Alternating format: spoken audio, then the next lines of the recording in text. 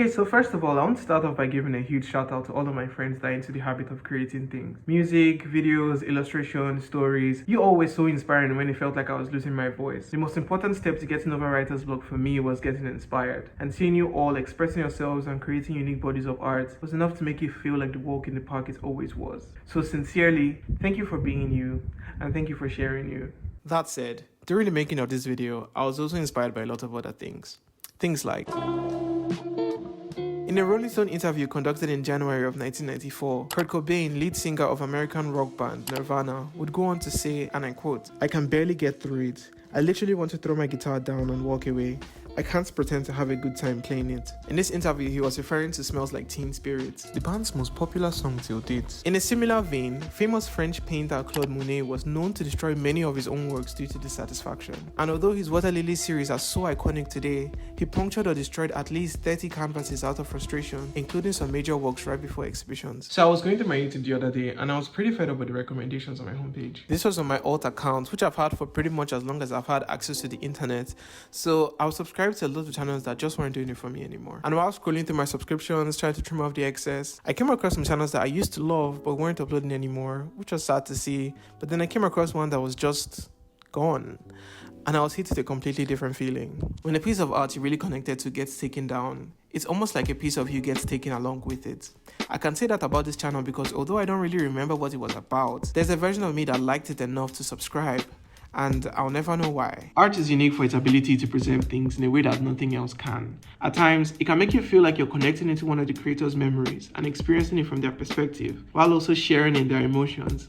And at times, this can be a scary amount of vulnerability to offer up. Bad art has nothing to do with the quality of the piece or how it was received by the audience, but rather, it's bad art because for one reason or another, the artist isn't satisfied with their creation and/or doesn't care much for what it became. I think most artists try to steer clear of creating art that doesn't feel authentic to them, but there's a fine line between chasing authenticity and chasing perfection. A lot of us will be more keen on posting the more flattering photos of ourselves, but won't think twice about keeping our old cringy posts locked away in some archive.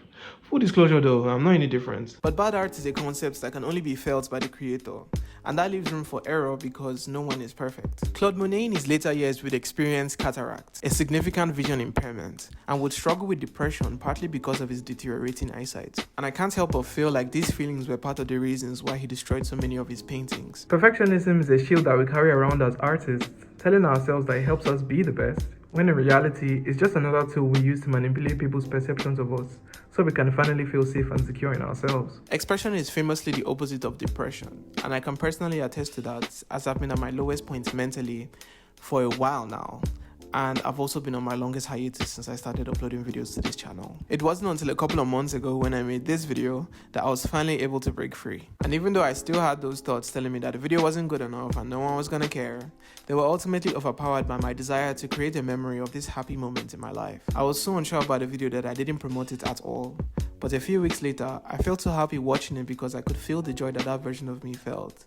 And I was so grateful that I saw it through to the end. Perfectionism has a way of making the stakes feel so dire that shutting up feels like the smart thing to do. In the words of Brené Brown in her book, The Gifts of Imperfection, if authenticity is my goal and I keep it real, I never regret it. I might get my feelings hurt, but I rarely feel shame. When acceptance or approval becomes my goal and it doesn't work out, that can trigger shame for me. I'm not good enough. If the goal is authenticity and they don't like me, I'm okay.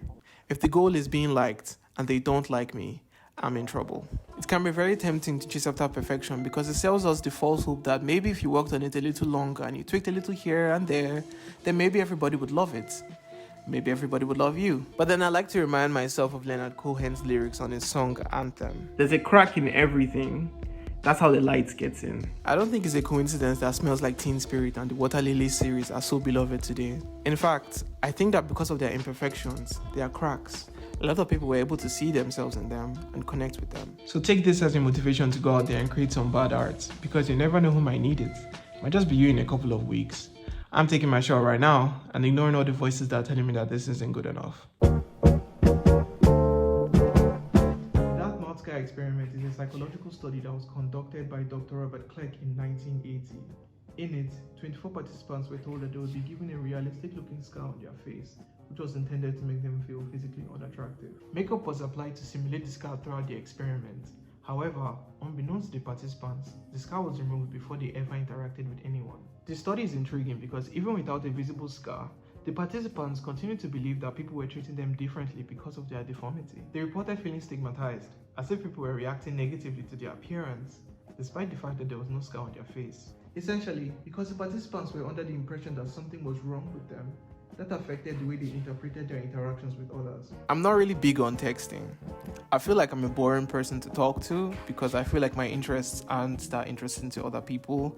And to be honest, I don't think I'm really good at selling them to other people. Also, I think I might be on the spectrum because I've never been good at reading social cues. So when I'm texting and I can't see their face and I can't hear their voice and I can't monitor their level of excitement, I start to feel like I'm boring the other person or leading the conversation in the wrong direction.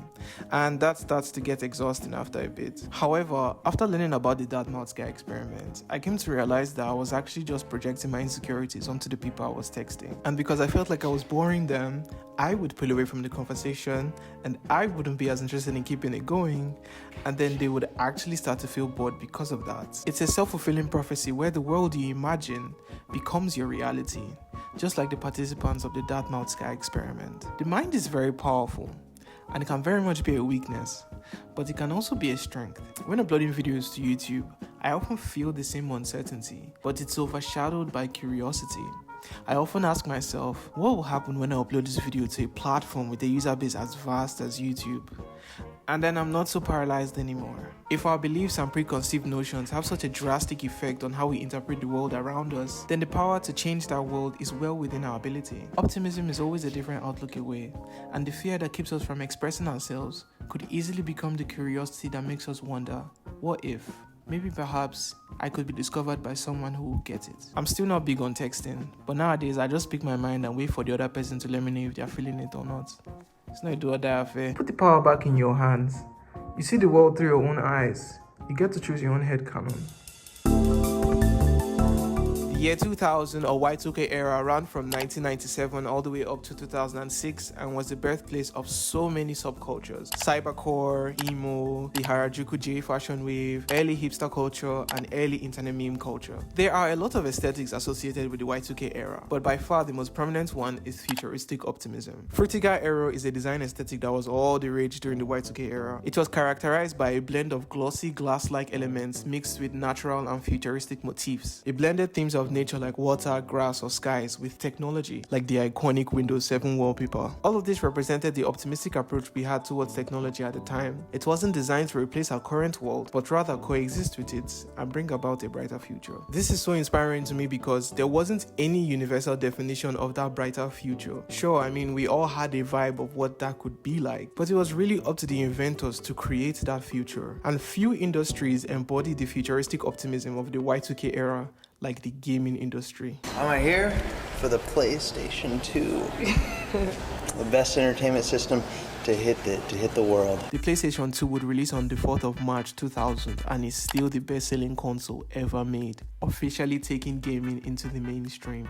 On November 22nd, 2005, Xbox would release the 360 and push gaming online with its robust online multiplayer features through Xbox Live. A year later, on November 11th, 2006, Sony would release the PlayStation 3 and take gaming to the highest definition it had ever been. And just 8 days later, on November 19th, 2006, Nintendo would release the Wii and introduce everyone and their grandma to motion-controlled gaming. Each company brought forward their own compelling idea of what the future could look like, and the audiences were pretty compelled. But it's not every time that the audiences will buy into your idea, and that will bring us to the end of the Y2K era and the release of the 3DS. The 3DS had really big shoes to fill upon release. Its predecessor, the DS, is the best-selling handheld console ever made, and for the first time in forever, Nintendo was no longer unopposed in the handheld market. Sony had released the PSP alongside the DS and had sold a sizable amount, and its successor was rumored to be releasing around the same time as the 3DS. Once again, it was time to innovate and compete. However, the 3DS didn't turn out to be the drastically more powerful DS that people had hoped for. It also didn't have dual analog sticks like the PS Vita, but rather, Its innovation was stereoscopic 3D. 3D was a very popular trend at the time, but experiencing it required purchasing an expensive TV and a pair of 3D glasses. The 3DS bypassed all of that and gave you glasses-free 3D on the go. And I'll be honest with you, the 3D effect on the 3DS is very impressive. But here's the thing. This is what it looks like with the 3D effect turned off, and this is what it looks like with the 3D effect turned on. The effects couldn't really be captured on camera, and a lot of consumers would end up seeing it as more of a gimmick than as the selling point that Nintendo expected it to be. And a few years later, Nintendo would release the 2DS, a 3DS without the 3D that cost about half the price. To the unaware, it would seem like Nintendo was following trends and it had backfired. But glasses-free 3D was a passion project for the company, and something that they had been working on since as early as 1995 with the release of the Virtual Boy. But the technology wasn't quite there yet, and the console would be remembered as a flop today. 6 years later, in 2001, the company would try again with their GameCube system. And although the technology had finally reached a point where it was possible, the feature would end up being scrapped due to cost. As the then president of Nintendo, the late Satoru Iwata, put it, "We couldn't have done it without selling it for a price far above that of the GameCube itself." The 3DS was the combination of decades of work put in at Nintendo, and today remains one of the only glasses-free 3D experiences in gaming out there, and the prices certainly reflect that. Oh my goodness! Nintendo wasn't ahead of their time. 14 years later into the future, and 3D didn't end up becoming the big thing that they thought it would be. But they had a dream, and they were determined to put that dream in the palm of your hands. They could have listened to the consumers and just made a more powerful DS, but they made what they wanted to make, and they created a unique device that will be remembered forever. The 3DS is my reminder that sometimes wanting something to exist is a good enough reason to create it. And when I'm in a creative rut and can't seem to come up with any ideas, I just ask myself, what do you want to make? What would you like to see? And I start from there. A couple years back, I made a video about the poor mental health infrastructure in Nigeria, and I still share the same sentiment. I also wanted to add that in a multitude of the languages spoken in Nigeria, there isn't a word for depression. Earlier in this video, I mentioned that expression is the opposite of depression.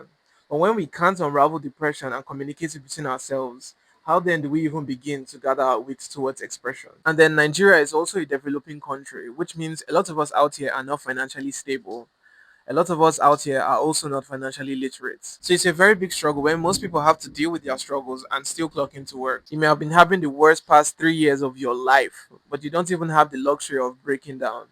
And that's the experience for the normal person. And I feel like this kind of environment just does not encourage creativity at all. There just aren't enough resources to be put into fields that seem quite frivolous, especially when the average day for a Nigerian feels like life or death. That might sound a little dramatic, but it's not too far off. So the Nigerian creative is faced with the illusion of choice where sure, theater art is a course that is taught in Nigerian universities, but it's still up for debate if you can study that. In my case, I had to chalk it up and do the professional course that was guaranteed to give me employment, because in all truth, this society does not respect creatives, and there's a lot of us out there that are on career paths that we couldn't care less about. And so as a creative, you grow up in an environment where you need to quiet that part of yourself.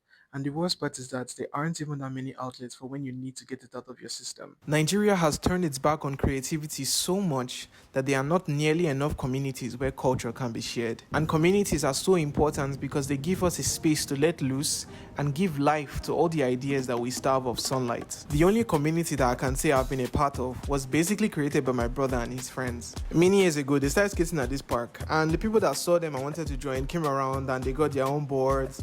And over the span of years, this community grew into something so large. Honestly, for what it started as, it became so huge and it became so beautiful, and it was this thing that we all shared together. And over time, we organized it, and we had this thing with Pleasure Park where every Thursday we would skate at their parking lot, and all we had to give them was a 100 naira gate fee. We even used to call it the skate park, and it's funny because on a random Thursday, that's where I met my best friend. And it's crazy that I just came back from school one holiday and I hear that we've been banned from skating at the park. Something that we've been doing for 3-4 years now. But that's the thing, there's no respect for community, even though the average Nigerian is the person that needs community the most. And shout out to you for making it to this point of the video. Honestly, you're the real MVP. Comment L Pleasure Park down in the comment section to confuse people that didn't make it this far.